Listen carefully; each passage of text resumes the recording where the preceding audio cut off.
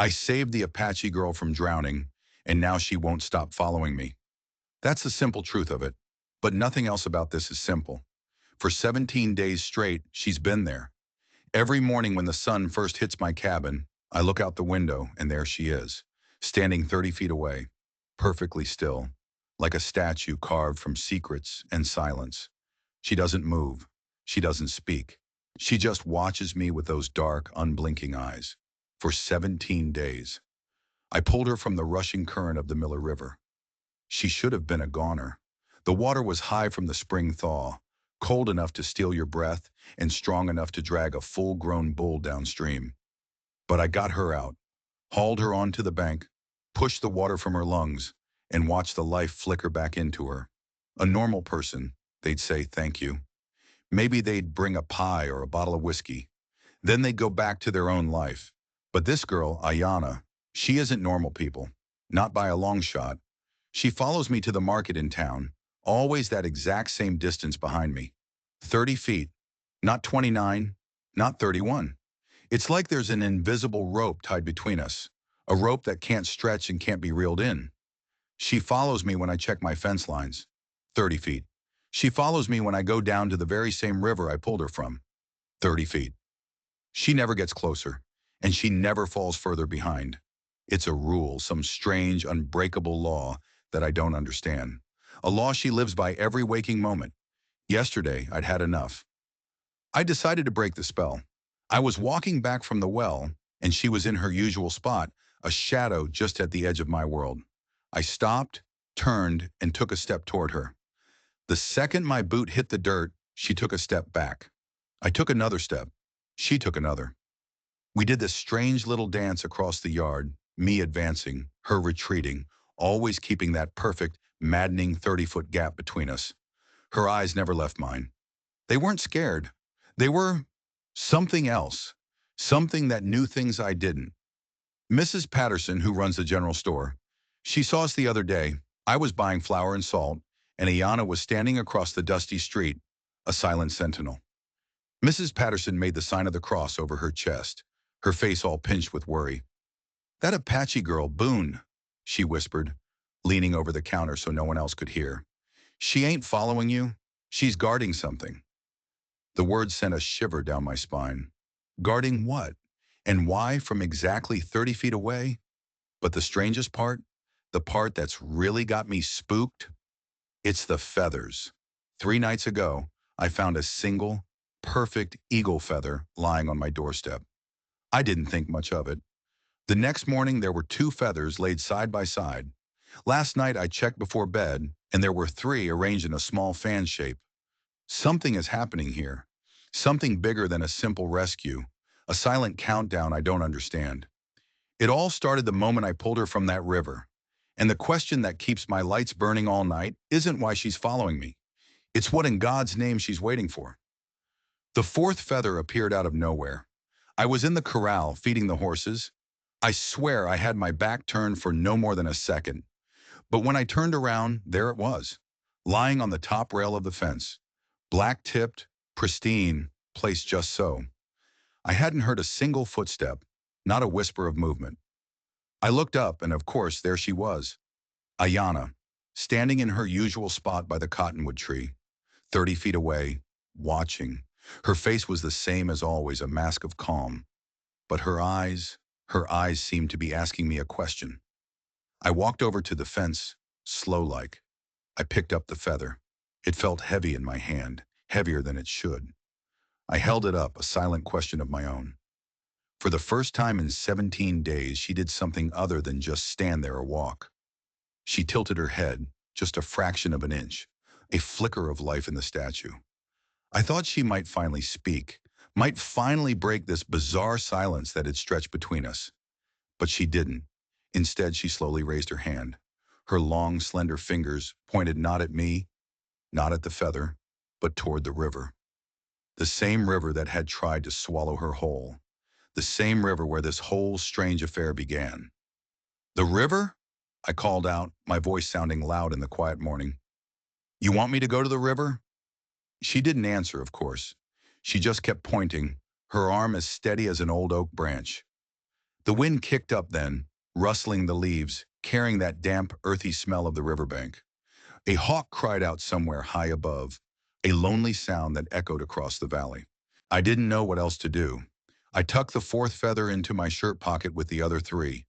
They felt like stones against my chest, and I started walking down the path toward the water. I didn't have to look back to know she was following.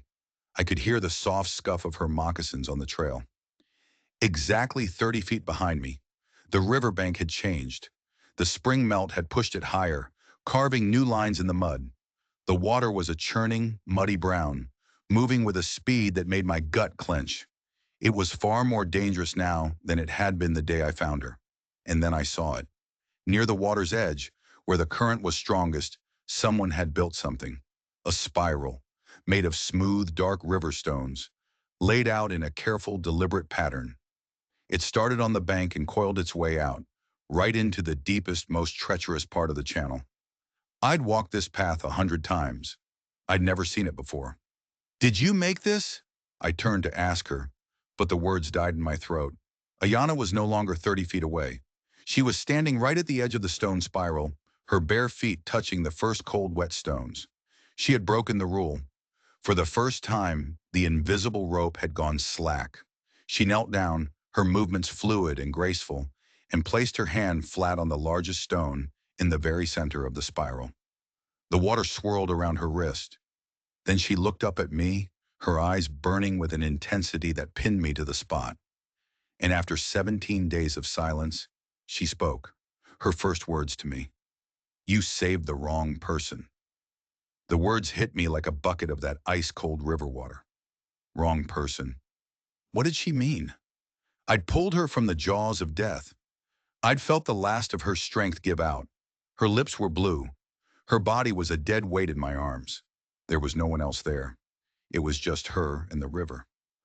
"I don't understand," I said, taking a step toward the spiral. Immediately, she shot to her feet and backed away, her old rhythm taking over, re-establishing that 30-foot gap between us like a wall going up. But her eyes stayed locked on mine, and in their depths, I saw something that froze the blood in my veins. It was fear, but it wasn't fear of me. It was fear of the river, fear of those stones, fear of what I had done. "Wrong person," she repeated, her voice a ghost on the wind. "Now the debt follows you." "What debt?" I shouted the question after her, but she was already gone, melting back into the tall reeds that lined the riverbank, leaving me alone with the roaring water and that damn stone spiral. I stared at it, the rocks like a coiled snake waiting to strike. Wrong person. The words echoed in my head. I had saved her life. I was sure of it. I'd felt her heart start beating again under my own two hands. There was no mistake. But as I looked at the stones, a cold dread began to creep in. The spiral wasn't random. It was a marker, a signpost. It didn't just lead to the deepest part of the current. It pointed to the exact spot where I had pulled her out. I rode into town that afternoon with a storm brewing in my head. The four feathers in my pocket felt like a judgment. The general store was buzzing with the usual gossip. But the moment I stepped through the door, a hush fell over the room. Every eye turned to me. Mrs. Patterson looked up from behind the counter, her face a road map of worry. "That Apache girl," she said, not even bothering to lower her voice this time. "She's still with you, Boone?" I just nodded, not trusting my own voice.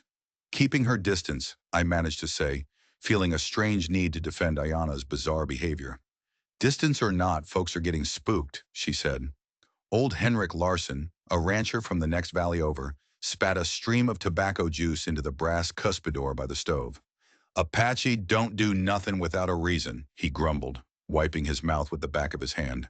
"That girl's marked you for something, son. Put a sign on you." Marked me? The idea was absurd, but after seeing that stone spiral, I wasn't so sure. Mrs. Patterson leaned in closer, her voice dropping to a conspiratorial whisper.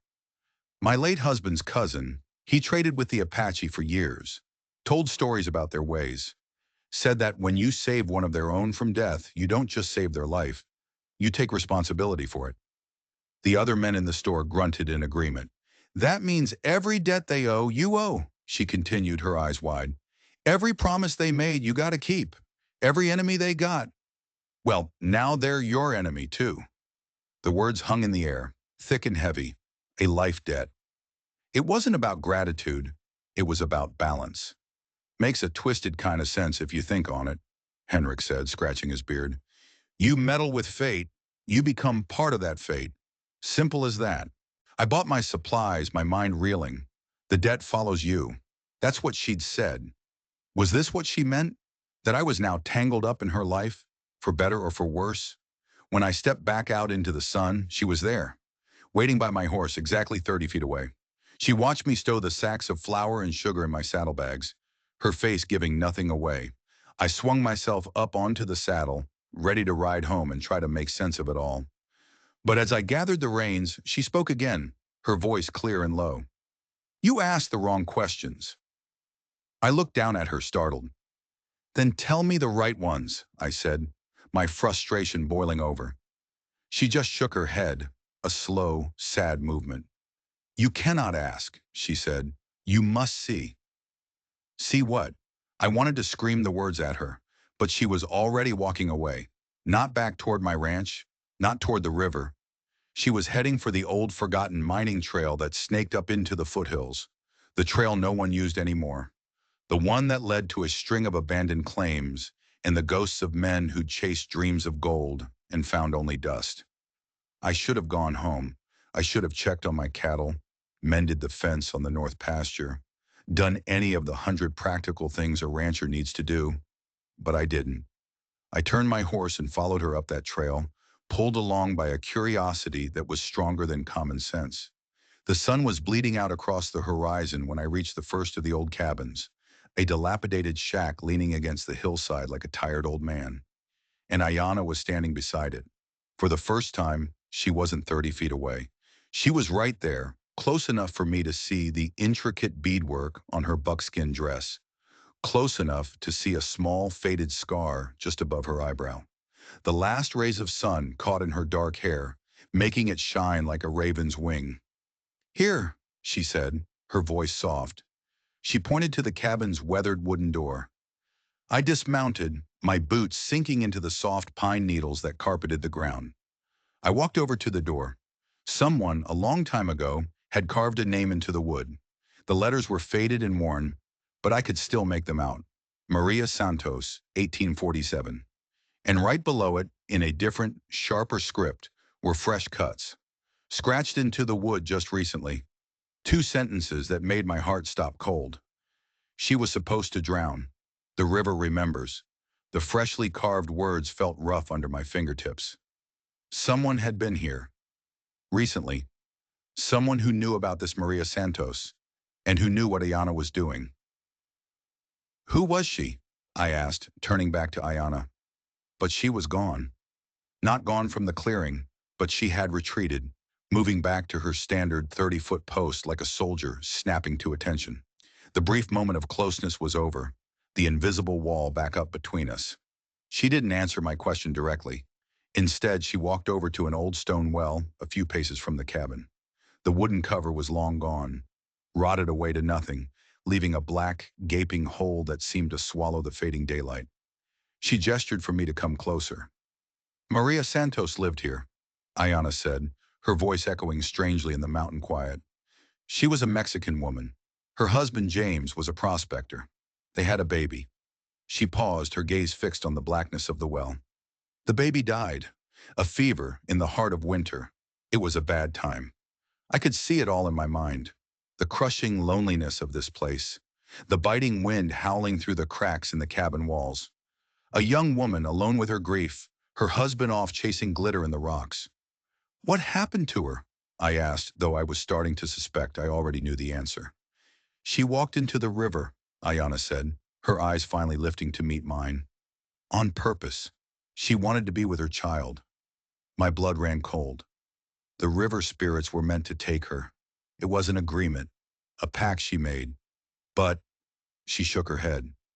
The river was too shallow that year. The current was not strong enough. She lived. The pieces of the puzzle were clicking into place, and they were forming a picture I did not want to see. A white man found her, Ayana continued, her voice flat, devoid of emotion. He pulled her from the water. He didn't know what he was doing. He changed everything. A terrible feeling of dread washed over me, a feeling of inherited guilt. Who found her? I whispered, already knowing the answer before she spoke the name. Your grandfather, Ezra Delaney. The name hit me like a punch to the gut. My grandfather. Ezra had carved this ranch out of the wilderness. He was a local legend, a hard man from a hard time, but he'd never once mentioned saving a woman from the river. The stories my father told were vague. Ezra found a Mexican woman near death, nursed her back to health. She worked for the family for years, a quiet, sad woman who eventually just disappeared. Maria Santos, I said, the name feeling like ash in my mouth. She worked for my family, Ayana nodded, for 23 years. She cooked your family's food, cleaned your family's house. She never spoke of the pact she made with the river. But the debt followed your grandfather until the day he died. Then it followed your father. And now, she looked straight through me, it follows you. That's crazy, I stammered. He did a good thing. He saved her life. He broke a promise, Ayana countered, her voice sharp. He interfered with fate, and in doing so, he made himself and his bloodline responsible for everything that came after. She began to walk in a slow, deliberate circle around the well. Maria Santos was meant to die, but because your grandfather saved her, she lived. She had 3 more children. She stopped walking and faced me, her shadow long in the twilight. One of those children was my grandmother. The world tilted on its axis. My mouth went dry. You're, you're her great-granddaughter. I am, she said. Maria Santos should have died in that river. Her children, her grandchildren, her great-grandchildren. None of us should exist. We are a ghost lineage, a family born from a broken promise, and we exist only because Ezra Delaney interfered. The weight of it all crashed down on me. Generations of a debt I never knew existed. So when I saved you, you saved someone who should not be, she finished for me. You poured water on a fire that was already burning. You made the debt stronger, deeper. Now you are not just responsible for me. You are responsible for my entire line, for all the ghosts your grandfather created. She took a step closer, breaking the 30-foot rule again. Her face was inches from mine, her eyes blazing. That is why I follow you, Boone Delaney. I am not grateful. I am bound. I am your debt, walking in the flesh. Just then, a sound cut through the silence. Horses, multiple riders, coming up the mining trail fast. Ayana's head snapped up, her body instantly tense. She moved to my side, her shoulder brushing against mine, the 30-foot rule shattered by a new, more immediate threat. They come for you, she whispered, her voice urgent. The townspeople. They think I am a curse on you, a curse on them all. Through the trees I could see them, a moving constellation of torches, bobbing and weaving through the darkness. I could hear angry voices on the wind, shouting my name. And then I heard another word, a word that made my stomach turn to ice. Witch. We have to go, I said, my hand instinctively reaching for hers. She flinched away from my touch as if I were fire. Cannot touch, she said, her voice strained. It makes the binding stronger, the debt deeper. I didn't have time to ask what that meant. Then stay 30 feet behind me and run like hell, I told her. And we ran. It was the strangest chase I could ever imagine. Me in the lead, crashing through the undergrowth, and her, a silent shadow, keeping that exact, impossible distance behind me, even as we fled for our lives. The voices grew closer, angrier. I could make out Henrik Larsson's booming shout. Delaney, you bring that witch down from there right now, or we'll come up and get her. I knew these hills like the back of my hand. I knew the game trails, the hidden ravines, the places a man could disappear. I thought we could lose them, but Ayana knew the hills in a different way. She moved not like a person, but like smoke, like a whisper. She never snapped a twig, never rustled a bush. She was a part of the night. We finally made it to a rocky overlook, a cliff that dropped down toward the valley. From there I could see my ranch. The lamp in my window was a warm, yellow beacon of safety. It felt a world away. We'd never make it down the open slope without being spotted by that mob. We were trapped. "Why do they call you a witch?" I whispered, panting, my lungs burning. I kept my voice low, but I knew she could hear me from her position behind the rocks. "I know things," she answered, her voice tired. "How to use plants for healing, how to read the signs in the clouds, where to find water when the wells run dry. Things my grandmother learned from Maria Santos."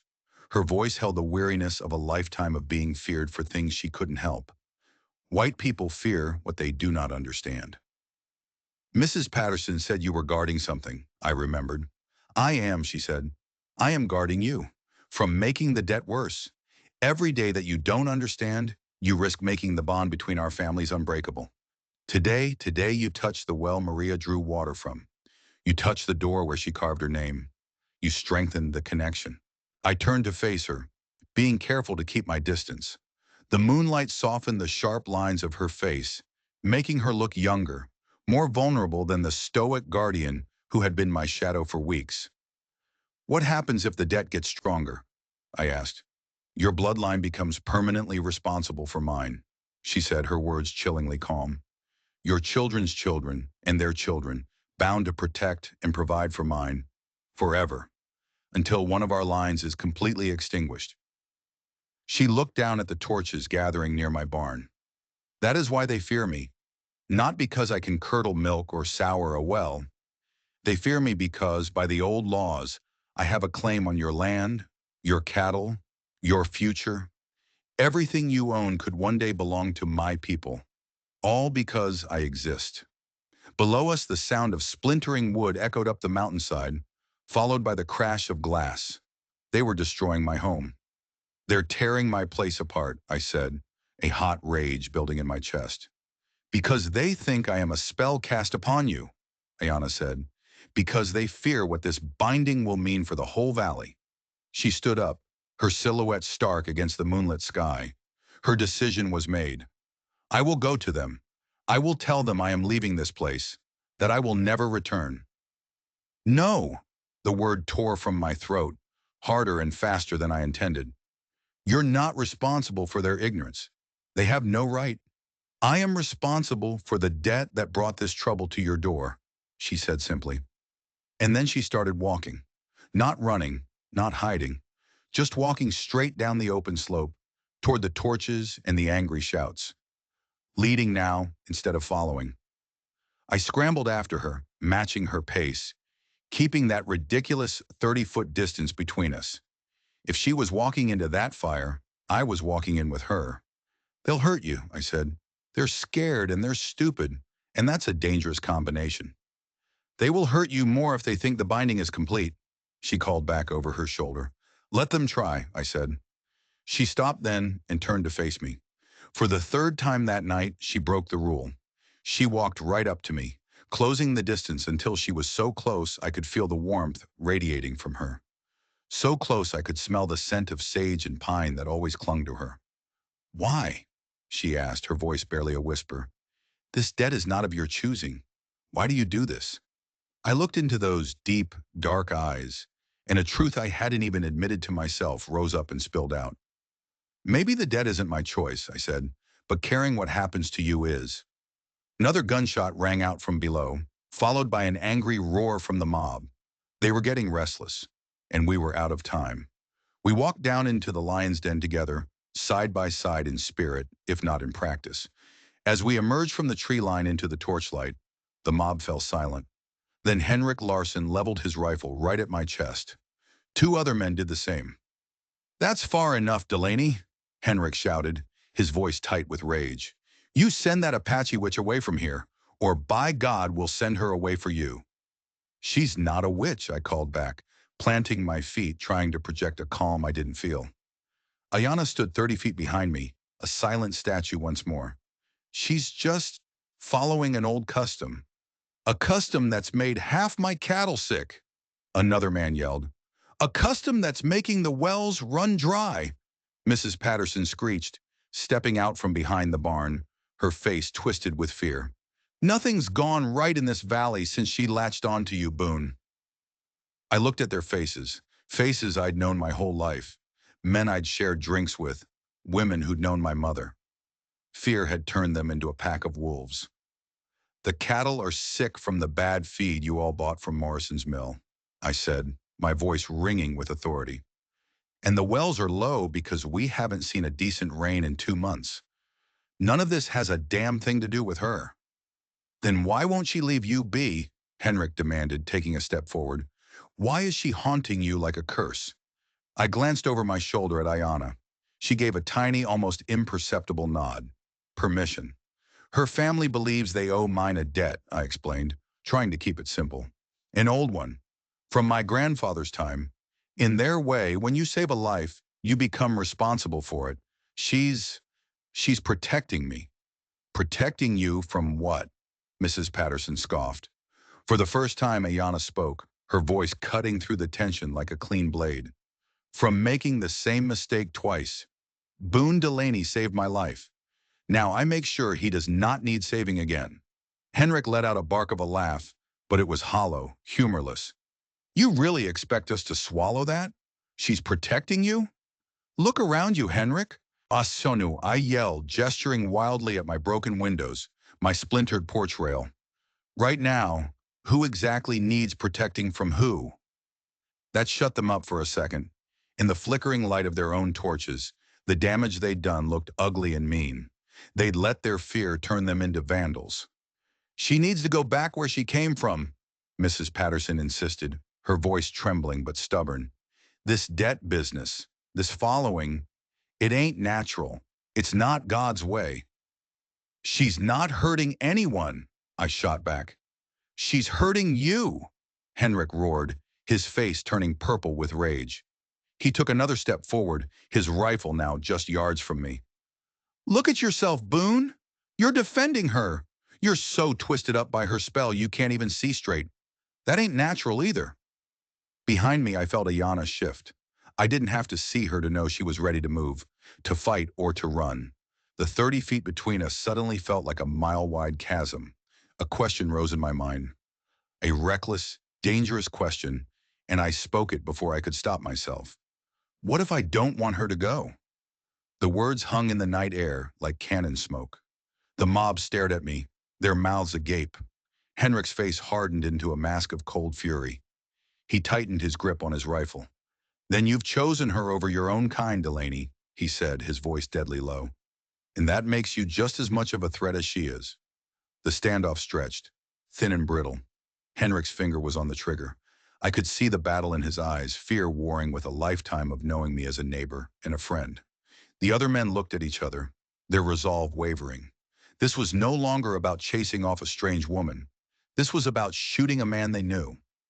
Then Ayana did the last thing I expected. She walked forward, deliberately, calmly. She closed the 30-foot gap until she was standing just behind my shoulder, closer than she had ever been before. Wait, she said.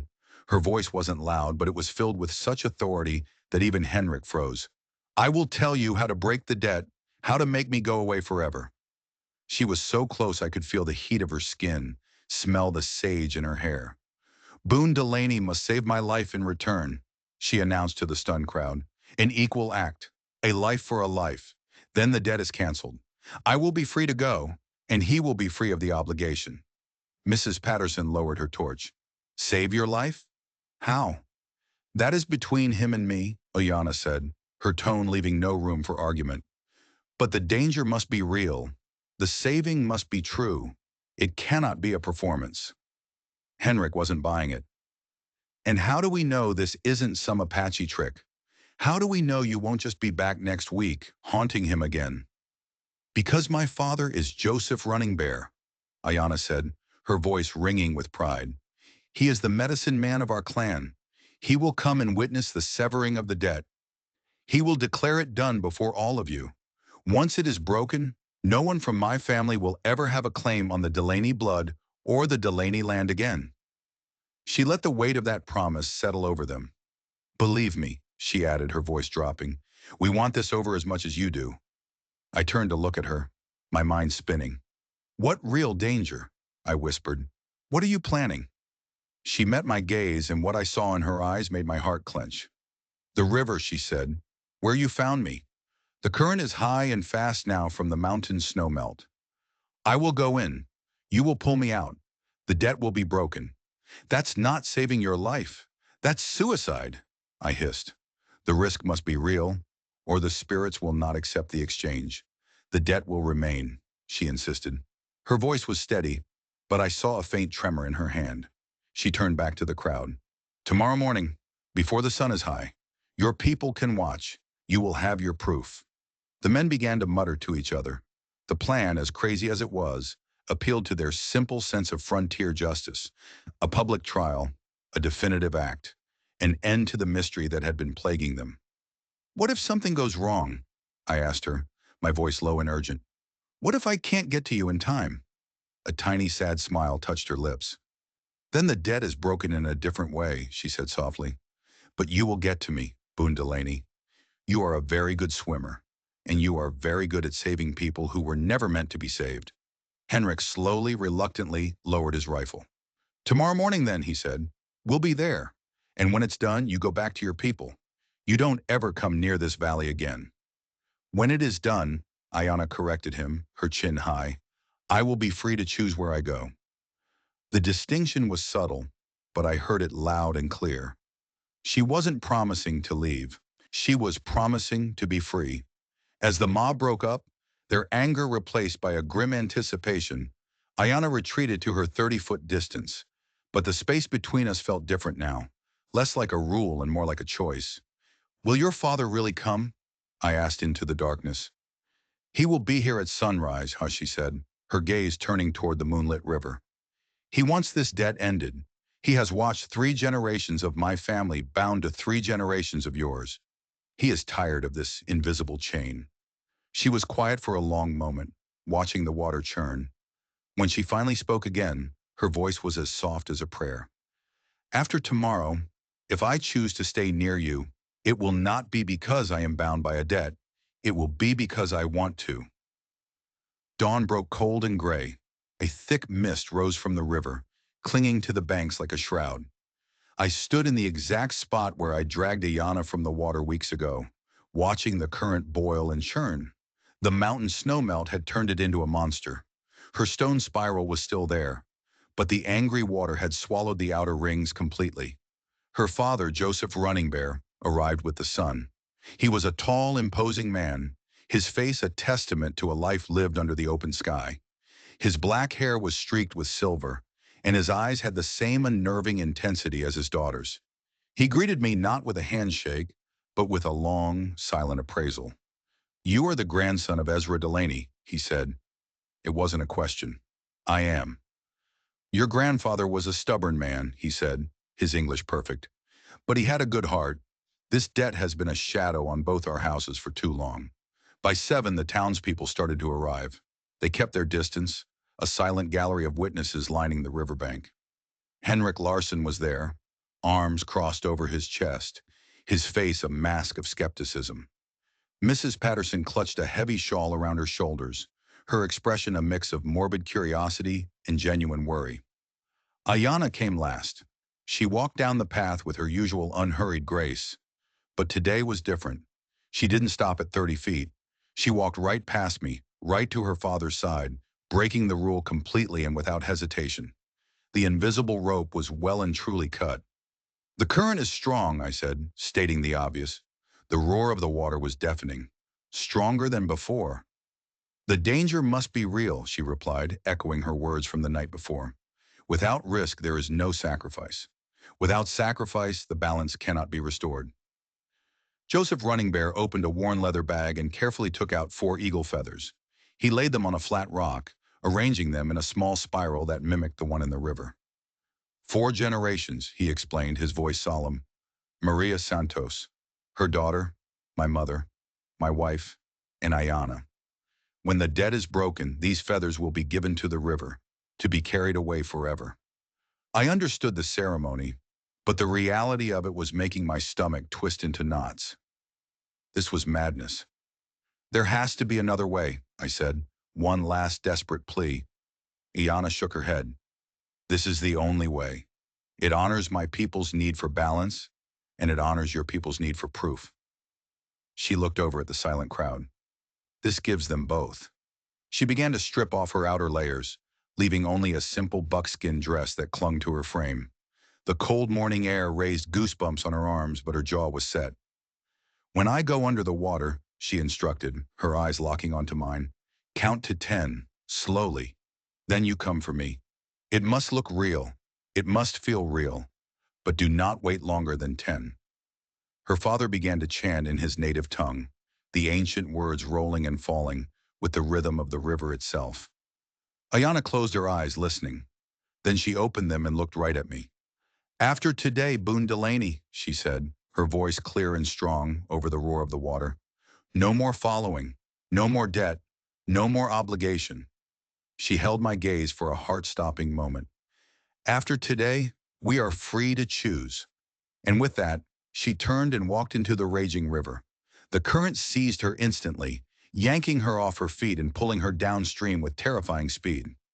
She didn't fight it. She let the river take her, her dark hair fanning out around her as she was swept toward the deepest part of the channel. I started counting in my head. 1, 2, 3.